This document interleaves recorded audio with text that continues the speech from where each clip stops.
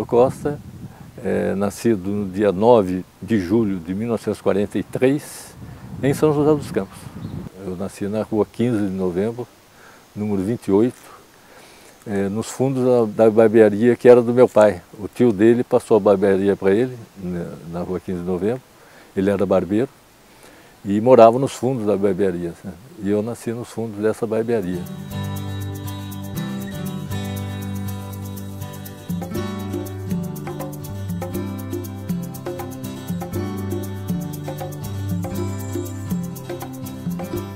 O meu pai nasceu no Alto da Ponte, né? Nasceu no Alto da Ponte, a família toda dele era lá daquela região, né? Era lá da região do Jaguari, né? E ele nasceu no Alto da Ponte, até que o meu avô, o Chico Honorato, faleceu, e o irmão mais velho, o tio Zé, que era um ferroviário, trouxe a família para a cidade. O meu pai era músico, quer dizer, era violonista, né? Aliás, eram essas duas ocupações que na época não eram muito bem vistas, né? Ele era barbeiro e violonista também era uma atividade marginal, até porque não tinha vamos dizer assim, um reconhecimento da sociedade e era algo assim muito amadora, né?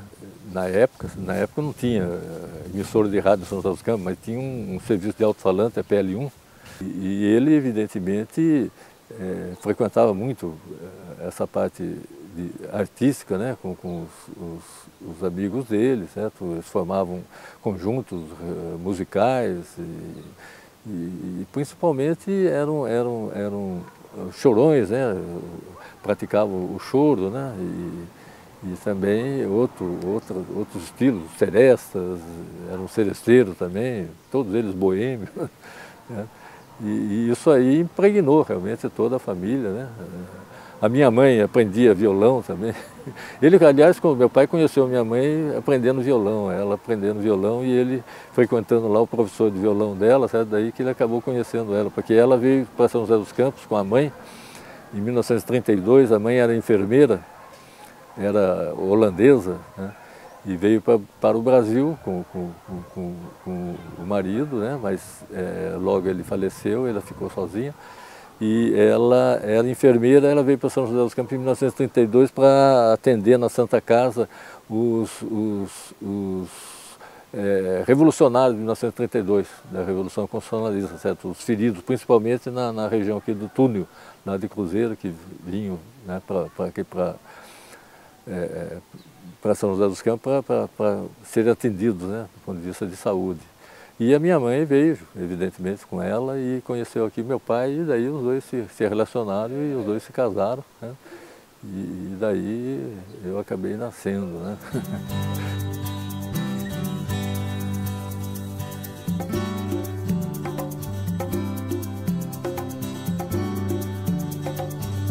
O meu contato maior, certo, com atividades culturais ocorreu principalmente, né? Evidente, eu já tinha um pendor familiar, tudo mais, mas ocorreu principalmente com uma maior frequência e método, né? Quando eu trabalhei no Centro Técnico de Aeronáutica, né? Eu trabalhei no Departamento de Publicações e depois em Relações Públicas, e no Relações Públicas eu comecei a me envolver mais, certo, com a questão de jornalismo, né? Eu aprendi a redigir notícias, certo? O noticiário, e eu fazia a cobertura das atividades do CASD, do Centro Acadêmico Santos Dumont, dos alunos do ITA, que na época, isso nos idos de 1962, 63, certo? Na época o que se exigia mais das pessoas era a datilografia. Eu aprendi datilografia e era até um bom datilógrafo, né? Até passar para esse departamento de relações públicas, né? E principalmente redigindo noticiário, né? Atividades culturais do caso, cobrindo, né? E divulgando. E como eu morava na cidade, eu fazia os releases e eu trazia para a cidade, para os jornais, para a rádio, certo? As atividades culturais do CASD eram muito intensas, né, em todas as áreas, certo? na área do cinema, eram festivais de cinema, certo? Na área de música, se trazia muita música para cá, certo? Artistas, o Vinícius de Moraes, Carlos Lyra, Baden Powell, certo? Todos se apresentavam no Cine Teatro CTA, certo? Então eram atividades intensas, além do setor de imprensa também, que o CASE tinha também publicações como o Suplemento, certo? O Iteano, enfim. Trouxe inclusive o pessoal que fez a reforma do Jornal do Brasil para fazer cursos e apresentações do que foi a reforma do jornal, né, para que isso informasse os alunos. Enfim, eu vivia nesse ambiente, certo? Um ambiente muito rico e muito saudável do ponto de vista de atividades culturais, né? E existia na época uma pendência muito grande entre alunos do ITA e a juventude da cidade, né? Havia até certos conflitos, né? E nós pensamos em aproximar mais, certo? Os iteanos, certo? Da cidade, né? Chegamos a fundar até uma associação cultural que levou o nome do Ademar Simões, que era um jornalista que acabou falecendo em 1962, e nós, até em homenagem a ele, denominando de associação cultural, né, que visava justamente se aproximar do ponto de vista da cultura, certo, a juventude, certo, representada pelos alunos do ITA com a juventude de São José dos Campos, né. Isso aí é uma tentativa de superar aquelas desavenças todas, certo, que ocorriam e ocorreram, certo. Quer dizer, isso aí me levou muito realmente a me envolver muito com atividades culturais, né? E evidente, né? E com política também, né? E com a própria política. Quer dizer, isso aí, na época, se respirava a liberdade, né? Se respirava realmente o ar da democracia antes de 64, e todo mundo, né, se manifestava livremente, certo? E eu era muito aberto, certo, a todas as tendências, a todas. Eu queria realmente conhecer tudo, certo, e conviver com todos, né? E isso me levou realmente a ter uma participação intensa, né, do ponto de vista cultural e até mesmo do ponto de vista político, certo, na cidade, certo, me envolvendo, certo, em atividades políticas também, né? Basta dizer que as comemorações do Dia do Trabalhador, certo? Do dia 1º de maio de 1964, estava se organizando uma grande comemoração que envolvia, inclusive, muita atividade cultural, né? Devido a essa possibilidade, certo? De atuação conjunta, certo? Com o setor estudantil e o setor sindical da cidade. Então, eu era secretário da comissão organizadora dessas festividades, certo? Coisas realmente que aconteciam na época e que me levou, certo, tanto para o lado da cultura como do lado da própria política, né? E quando ocorreu o golpe de 64, em que eu acabei sendo inclusive preso, essa questão toda, certo? Isso foi algo realmente que mudou mais ou menos o curso da minha história, né? O curso da história, porque eu seria, se não houvesse isso, eu não seria nem vereador, não teria, né, ingressado na vereança, né? Porque tudo foi uma decorrência de toda essa situação, né? Porque chegou num ponto em que eu não podia realmente deixar de ser buscar vamos dizer assim, ser uma pessoa pública, né? Até como garantia de vida, para poder viver, né? Quer dizer, porque chegava num ponto que muitas pessoas tinham que até sair do país, né? Tinham que sair do país e ir embora, né? Porque não conseguia ter uma atuação. E eu nunca pretendi ter atuação clandestina, certo? Eu sempre procurei atuar à luz do dia, certo? Assumindo as minhas posições, certo? Eu não fazia nada contra a lei, né? Nem contra a lei de segurança nacional, que era do regime militar, quer dizer, da ditadura militar. Eu nunca, tanto que eu sofri várias prisões, mas nunca fui condenado. Nunca cheguei a ser condenado por nenhuma atividade que eu desenvolvesse. Quer dizer, então, né? Porque eu não pensava em ser candidato a vereador, nem coisa nenhuma, né? Eu queria continuar como cidadão e participando de movimentos culturais, de movimentos políticos e tudo mais, mas sem engajamento assim em carreira, né? Ou em disputa de cargo eletivo, né? Mas a vida me levou para esse caminho e eu tive que assumir, né? Até porque se eu não assumisse, eu tinha que sumir.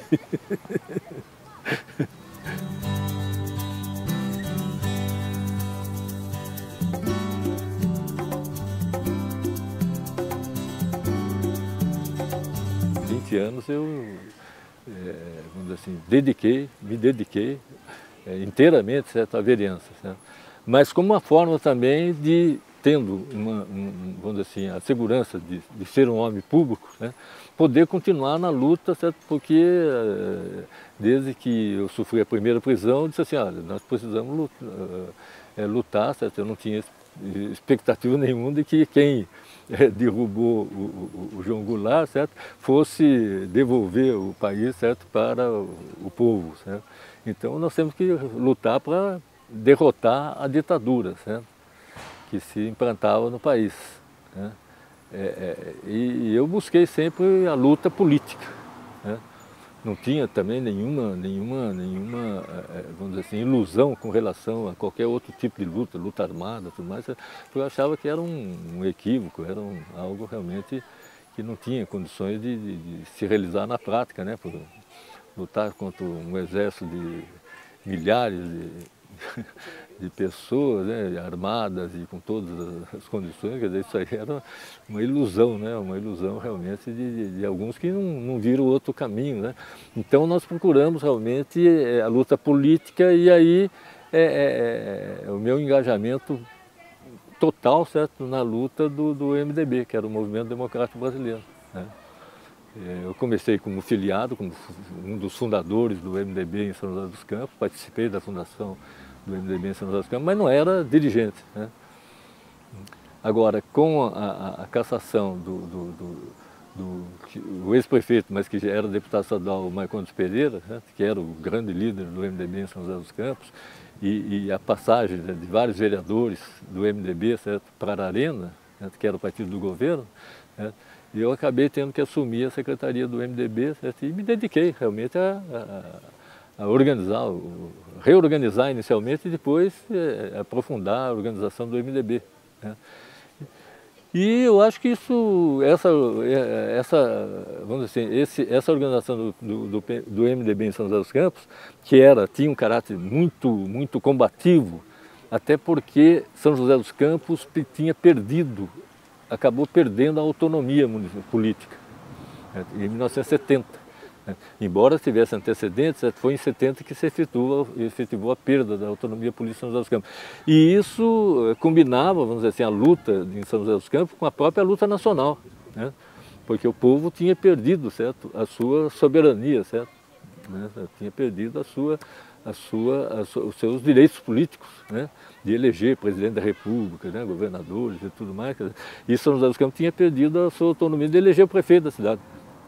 Então as lutas se combinavam, porque nós tivemos que reorganizar o MDB em São José dos Campos com base em dois segmentos, principalmente, né? A juventude, principalmente a juventude estudantil, e as mulheres. Por quê? Os homens, como responsáveis pela família, certo? Principalmente porque trabalhavam e mantinham as famílias, a gente procurava os chefes de família e eles falavam, eu não posso participar do MDB porque, poxa, eu trabalho, certo? Eu vou perder o emprego e como é que eu vou manter minha família, certo?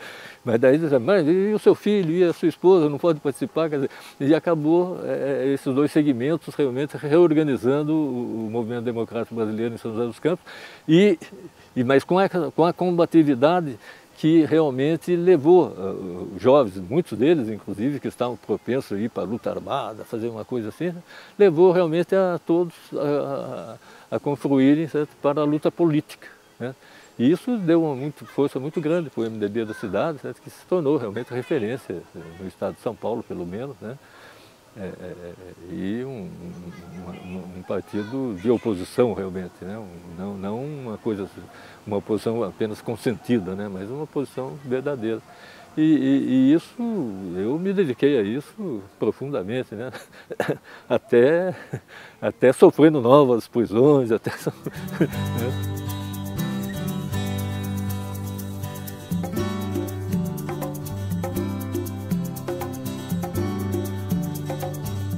Nunca fui sequer, vamos dizer assim, denunciado, né? Eles não me quiseram nem como testemunha. Em 75 me chamaram para ser testemunha, né? Porque na questão do DOI-CODE, né? E tinham prendido os alunos do ITA, tinham prendido outras pessoas de São José dos Campos, naquele inquérito tudo, e eu fui preso no DOI-CODE, né? E eu pensei que eu estava morto lá. Eu ia morrer, eu estava morto. Eu pensei que seriam meus últimos dias, né? Mas depois me chamaram, né? Passado o episódio, quando houve o presidente da República, que era o general Geisel, veio a São Paulo e intimou o comandante do 2º Exército: eu não quero ver mais morte nenhuma no DOI-CODE, porque tinha morrido o jornalista Vladimir Herzog, né? E eu era jornalista, correspondente do Estadão, quer dizer, estava quase morto lá também, né? Então o Estadão, né, entrou em contato com o ministro da Justiça, né? O Rui Mesquita ligou para ele e disse assim: olha, tem um jornalista nosso lá no DOI-CODE que está muito mal, e se ele morrer nós vamos responsabilizar vocês. Estou avisando. E daí me libertaram, né? Quer dizer, me libertaram não, me trouxeram para São José dos Campos, me deixaram no alpendre da casa da minha sogra lá, porque eu estava sem condições nenhuma sequer de me levantar.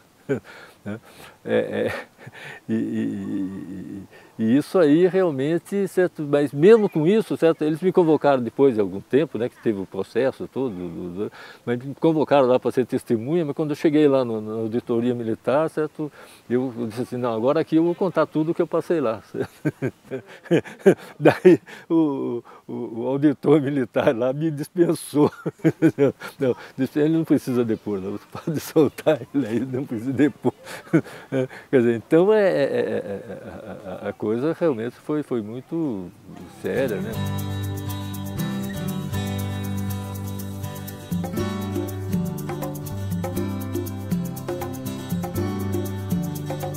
Eu trabalhava no jornal Vale Paraibano, Rádio Clube, né? E eu frequentava o escritório do Joacir Bessa, que era um jornalista publicitário, no edifício Cinelândia, né? E eu subia, né, da Avenida Mário Galvão para a Praça Afonso Pena, né? Até porque tinha uma normalista, certo? Que a gente tinha algum contato e tal, né? E eu ia para o escritório do Joacir para esperar a saída da escola normal para ir lá encontrar com a menina lá.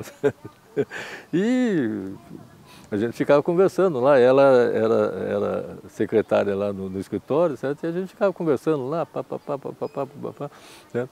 E o namorico lá com a normalista não avançou nada, certo? E eu acabei namorando a Maria Elisa, né? Acabei namorando a Maria Elisa, né? Ela do escritório do Joacir Bessa, depois ela foi trabalhar numa loja também ali na rua 15 de Novembro, certo? Tudo mais, né? E acabamos, né? Eu tinha, na época, eu achava o seguinte, quer dizer, que eu tinha que constituir família para, inclusive, ter um chão, né, para pisar, né? Porque eu já estava muito engajado na luta política, né, e tal, certo? Não era candidato, nada, né? Mas era do MDB, certo? Muita atividade, né? A gente formou o departamento estudantil, depois a gente estava pensando em formar o departamento trabalhista, certo? Muita atividade, né? Mas, e no jornal também, que, né, eu também, dentro do possível, a gente tinha uma atuação, né? Apesar dos tempos serem muito difíceis, né, para o exercício do jornalismo, principalmente no interior, né? Mas acabei conhecendo ela e a gente começou realmente a namorar E daí eu vi uma possibilidade realmente de que a gente podia avançar nisso aí, certo? E a família dela, evidentemente, a mãe dela, principalmente, minha sogra, não gostava muito da ideia, né? Porque achava que eu não era, né? Era uma pessoa realmente perigosa do ponto de vista político, né? Então, ela não queria saber do nosso namoro, né? Mas, apesar disso, certo? É uma história realmente bem interessante, porque ela teve que sair de casa para casar comigo. Teve que morar numa pensão, certo? Lá na casa da minha tia, para casar comigo. Certo? E agora, eu evidentemente expliquei a situação toda para ela. Disse assim, olha, a minha vida é essa, certo? Se você quiser enfrentar isso aí, você enfrenta. Agora, é isso aí, certo? Isso aí eu não vou abandonar, certo? Mas ela topou a parada, né? E realmente nós nos casamos e nos damos muito bem, agora 51 anos de casados.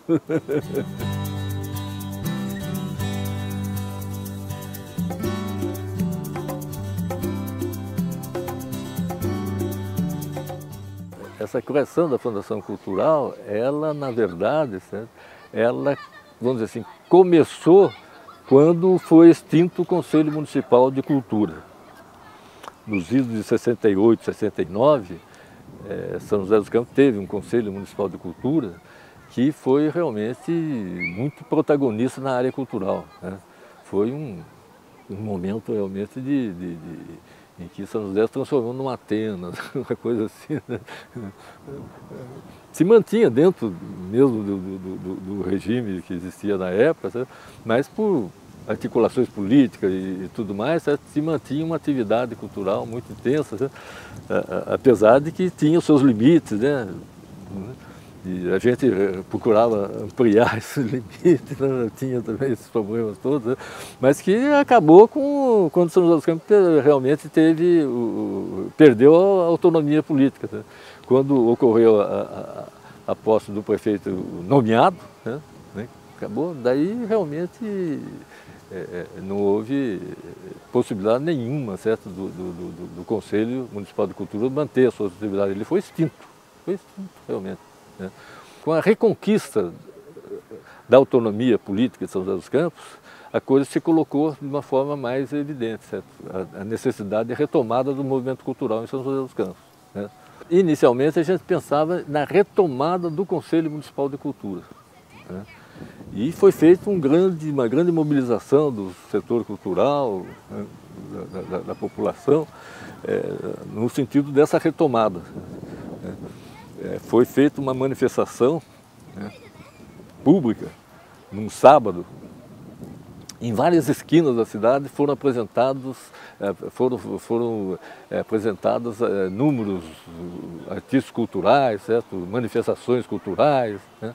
E isso tudo depois confluiu para Afonso Pena, em frente à Câmara Municipal, de antigamente, né? Numa grande apresentação artístico-cultural, né? Que reuniu mais de 2.000 pessoas na época, né? Isso foi muito, muito significativo, notícias do jornal e tudo mais, né? E eu cheguei a apresentar um projeto na Câmara, eu era vereador, recriando o Conselho Municipal de Cultura, né? Mas iniciou um embate no setor político, certo? Porque nós queríamos a retomada do Conselho Municipal de Cultura, mas o vice-prefeito na época era o Hélio Augusto, e o Hélio Augusto queria uma fundação.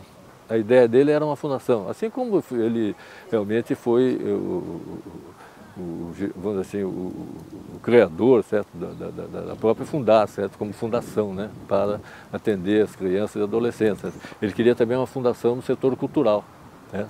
Daí eu propus para o Hélio, falei, ô Hélio, então tudo bem, seja uma fundação cultural, né? Seja uma fundação, só que eu quero elaborar o projeto, né? Eu quero elaborar o projeto. Eu disse, não, tudo bem, você elabora o projeto, se for Fundação Cultural, eu também concordo. Tal. Daí eu elaborei o projeto de forma que a estrutura da Fundação Cultural contemplasse o Conselho Municipal de Cultura, né?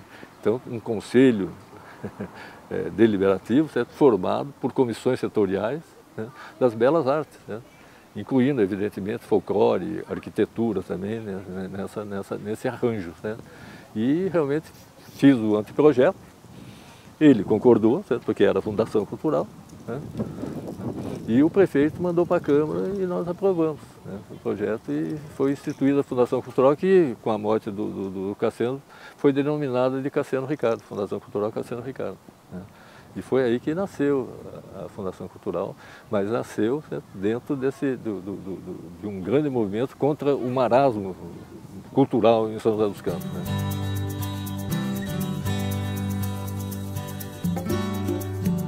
O primeiro livro é um livro em que eu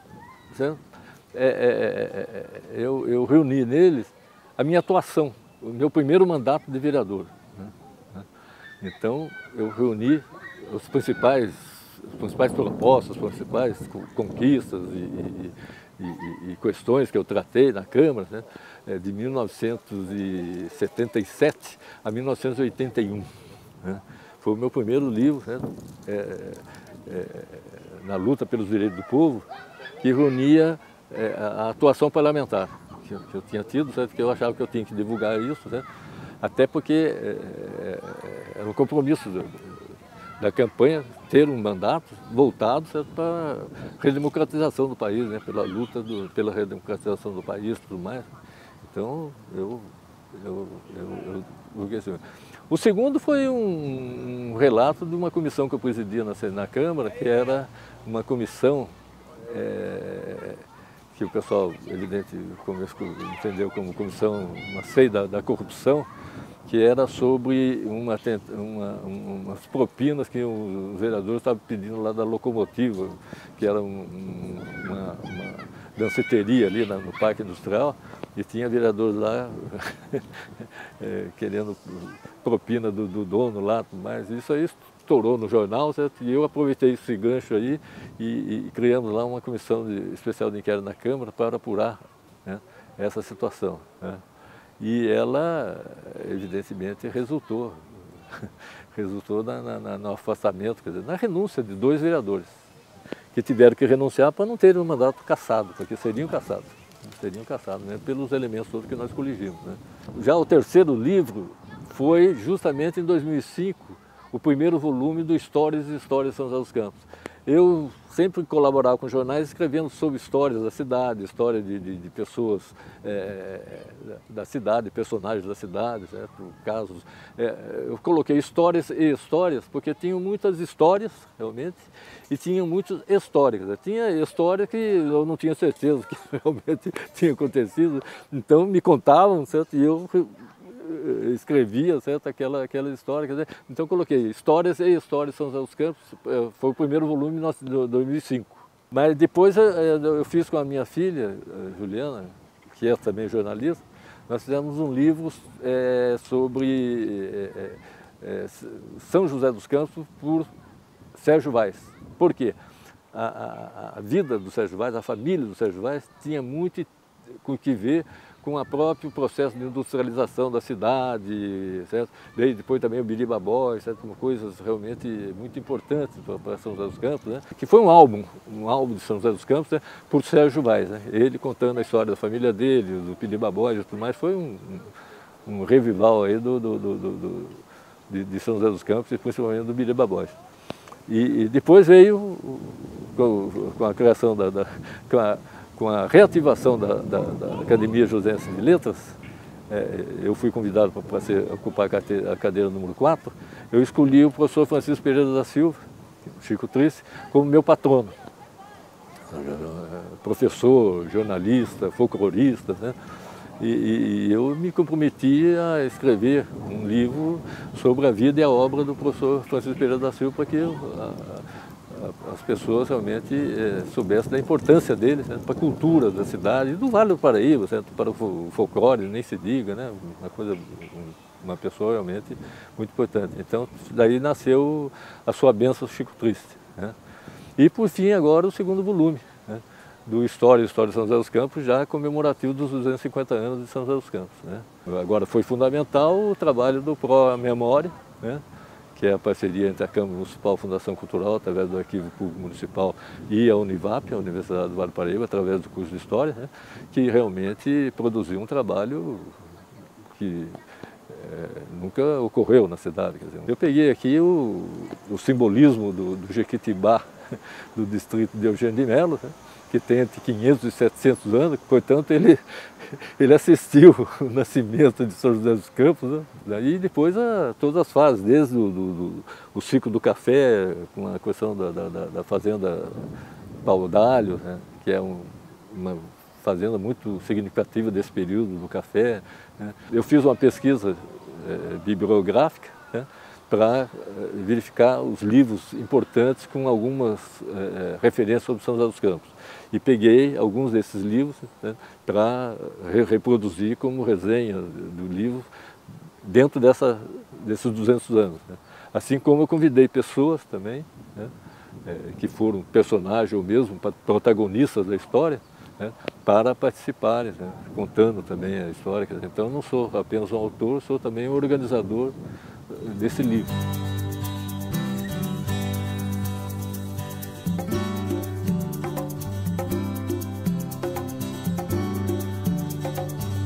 O Clube de Joseenses e Amigos nasceu numa época em que a cidade estava deixando de ser uma cidade de forasteiros.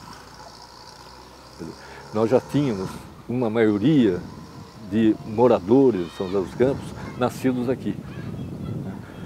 Mesmo que não fossem ainda adultos, muitos deles crianças, tudo mais, mas já eram joseenses. Então nós já tínhamos aí aqui na cidade não mais aquela população de forasteiros, né, em que os joseenses mesmo eram poucos. Né, e quando a gente reunia um grupo de 10 pessoas, eram pouquíssimos joseenses. Né. Mas então nessa fase começou a haver uma preocupação maior com o resgate, a preservação, né, e até a cultuação da história de São José dos Campos. Né. E um grupo de joseenses, de amigos, né, de São José dos Campos, de longa data, né, acabou se reunindo, né, e verificando essa situação toda, e falou assim, não, chegou o momento da gente constituir um clube de joseenses e amigos. Né, que já está aí com 19, vai para 20 anos. Tal, né. Então, se construiu. Eu não participava desse grupo, quer dizer, evidentemente que eu acompanhava esse trabalho, até porque eu estava envolvido em outras tarefas, né? E esse grupo era também muito seletivo, certo? Eles procuravam se manter, certo? Né? Com um certo purismo em relação à história da cidade, né?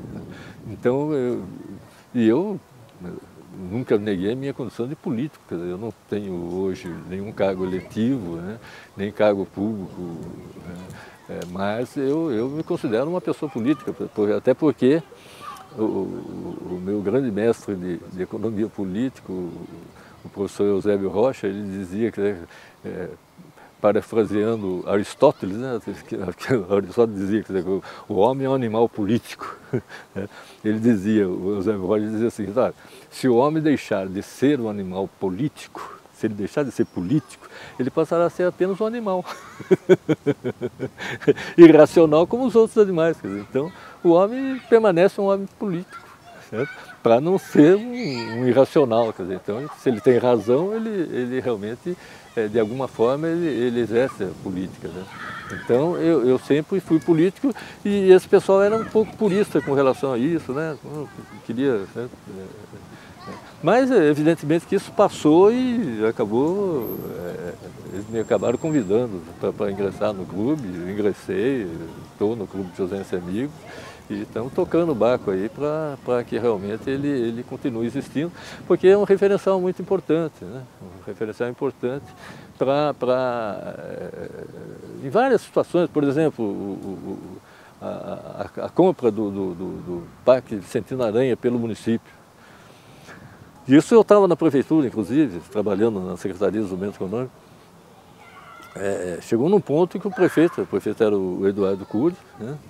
Ele, depois de várias gestões, né, junto à Irmandade da Santa Casa de São Paulo para adquirir o Vicentino Aranha, conseguiram lá um preço realmente muito bom, né, para a aquisição 22 milhões de reais. Só que 22 milhões de reais não é 22 mil reais, né?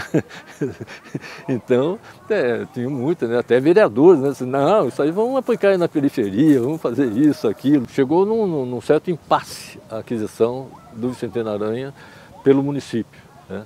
E evidentemente que o prefeito, ele convocou a sociedade, né? As forças vivas da cidade e tudo mais, constituiu até uma comissão da comunidade que foi presidida pelo engenheiro Zizi Silva, né? O engenheiro Vitor Schuss foi secretário dessa comissão, e as entidades para se manifestarem a respeito, né? Para realmente dar o suporte necessário para uma tomada de posição, né? Por parte da prefeitura, né? Porque não se gasta 22 milhões de reais à noite por dia, né? Tinha dinheiro em caixa, isso era importante também. Então, a participação do Clube José Esse Amigo foi muito boa, né? Foi um dos elementos muito importantes, né? na consecução desse projeto, né? De aquisição do Vicentino Aranha, né? Assim como teve o caso do Parque Tecnológico também, certo? Que chegou num ponto em que o município tinha uma opção de compra da Solectron, da antiga Solectron, que estava desativada, né? E foi até o secretário de Desenvolvimento Econômico da época, que era o engenheiro Ryuji Kojima. Ele tinha a opção de compra para o município da Solectron por 5 milhões na época, 5 milhões de dólares na época, que na época o dólar era paritário, mais ou menos paritário com o real, né? Então era uma quantia em que o município começou a poupar para eventualmente comprar a Solectron, justamente para instalar o núcleo do Parque Tecnológico. E depois venceu essa opção de compra, né? Daí o Gajone tentou atravessar, comprar, certo? Mas se via que eram outros interesses que estavam no meio e tudo mais, né? Mas daí o pessoal acabou dando preferência para o município, né? Para a prefeitura, e efetivou, certo? Graças a compra foi graças ao Kojima, que tinha muita relação nessa área aí, certo? E o pessoal deu preferência realmente, assim, não, a palavra foi dada para vocês, então vocês, né? E com a aquisição da Solectron pôde-se realmente constituir o embrião do que é hoje o Parque Tecnológico de São José dos Campos, né? São as questões que, para que a cidade possa avançar, e que é necessário realmente forças comprometidas com a cidade, né?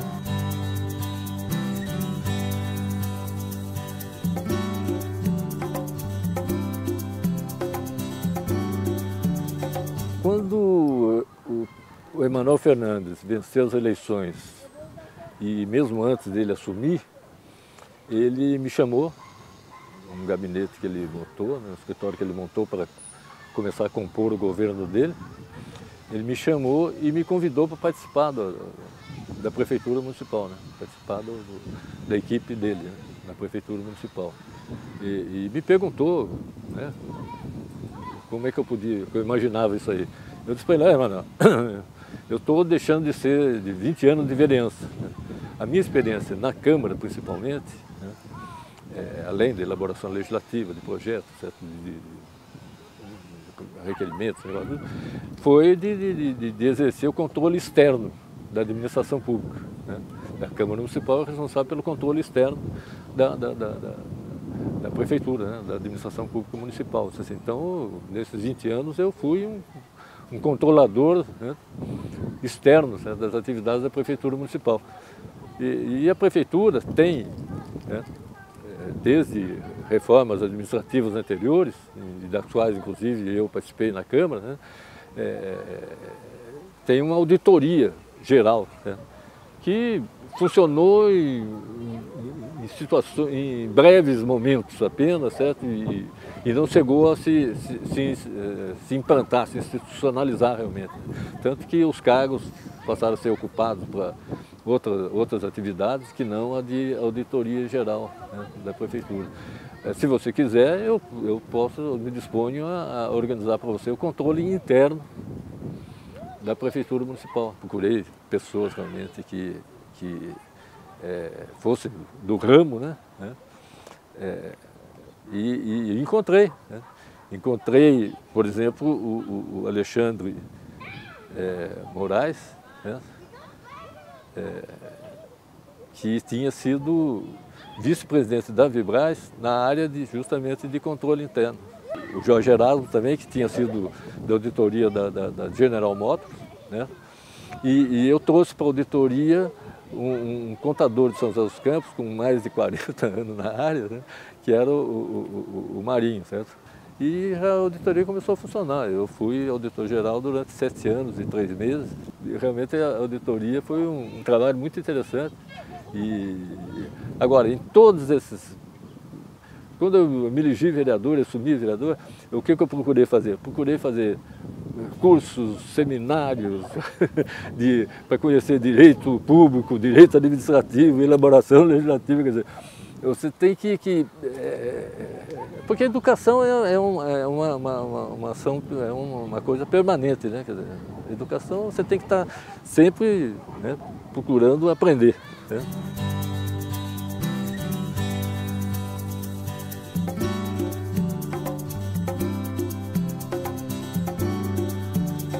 O Severo, ele apoiou o 64, quer dizer, ele estava do lado do Castelo Branco, certo? Ele foi, inclusive, ministro do Castelo Branco, né? Quer dizer, ele estava... Né? Eu conversei com... Agora, ele percebeu o seguinte, que não era possível, certo, mudar o país de cima para baixo, quer dizer, precisava que houvesse realmente um momento de baixo para cima, né? Então ele rompeu com a ditadura, né? Rompeu com a ditadura militar e veio para o lado da oposição, do MDB. A minha relação com ele começou com uma greve que teve, na Tecelagem Paraíba, porque a Tecelagem Paraíba, como tinha um produto sazonal, o cobertor, né?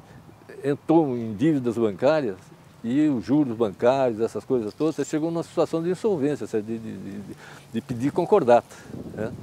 E realmente, enquanto empresa, acabou, né?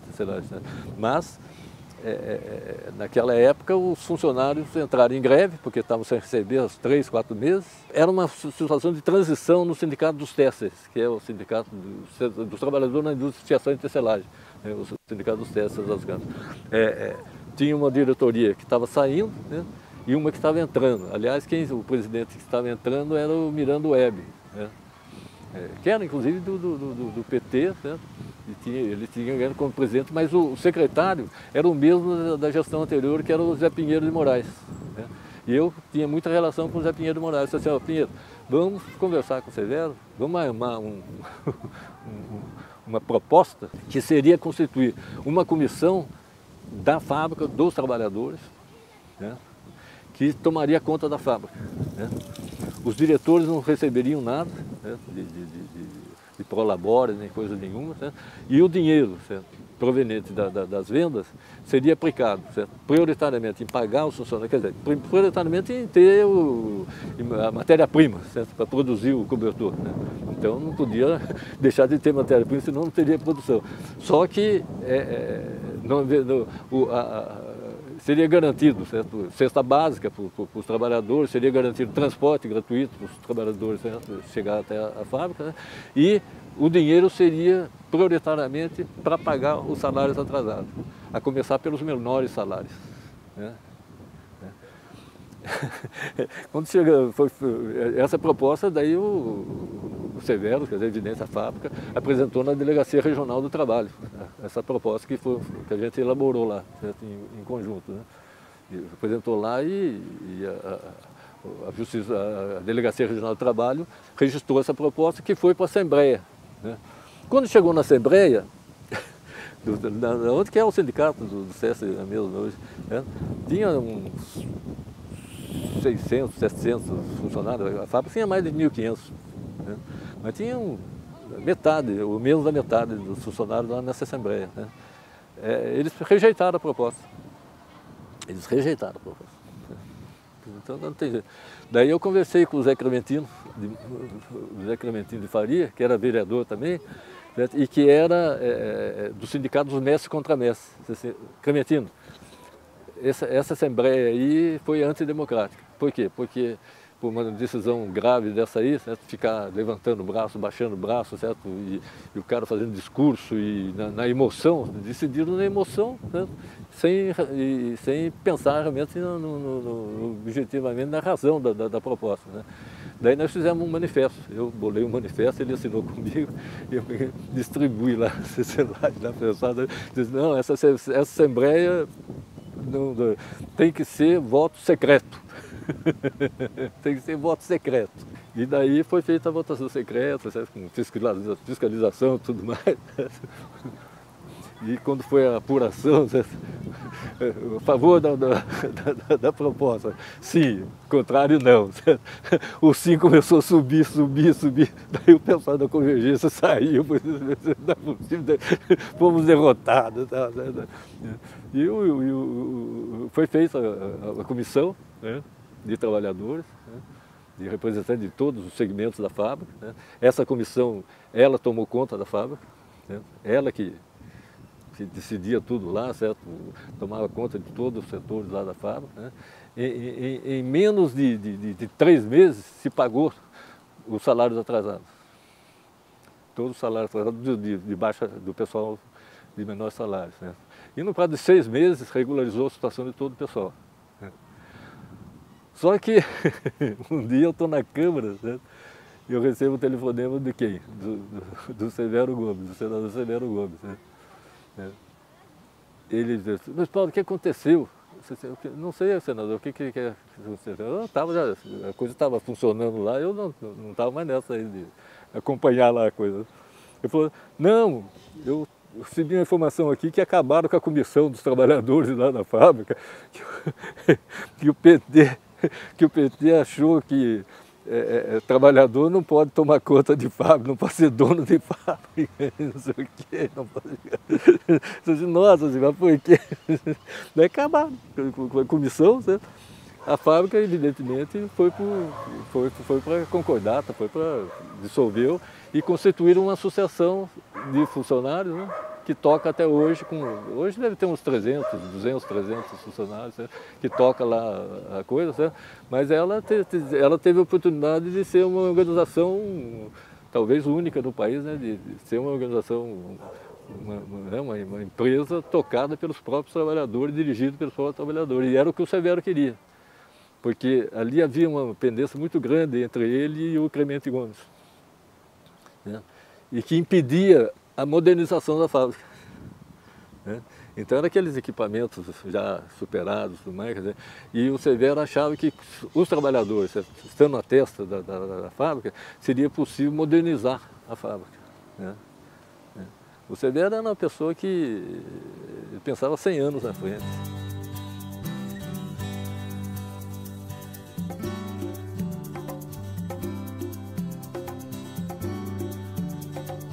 Nós estamos construindo no Brasil uma sociedade única no mundo, né? Com toda essa miscigenação, com esse encontro de povos, certo? Né? Como estamos construindo uma grande cidade, né?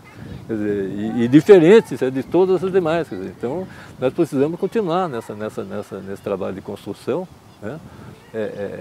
Para que a cidade tenha principalmente a dimensão do ser humano, né? Então nós precisamos realmente continuar nessa construção, né? Mas sempre, né, pensando em que nós não podemos perder, certo? Essa dimensão, certo? Do ser humano, né? Então isso é fundamental, né?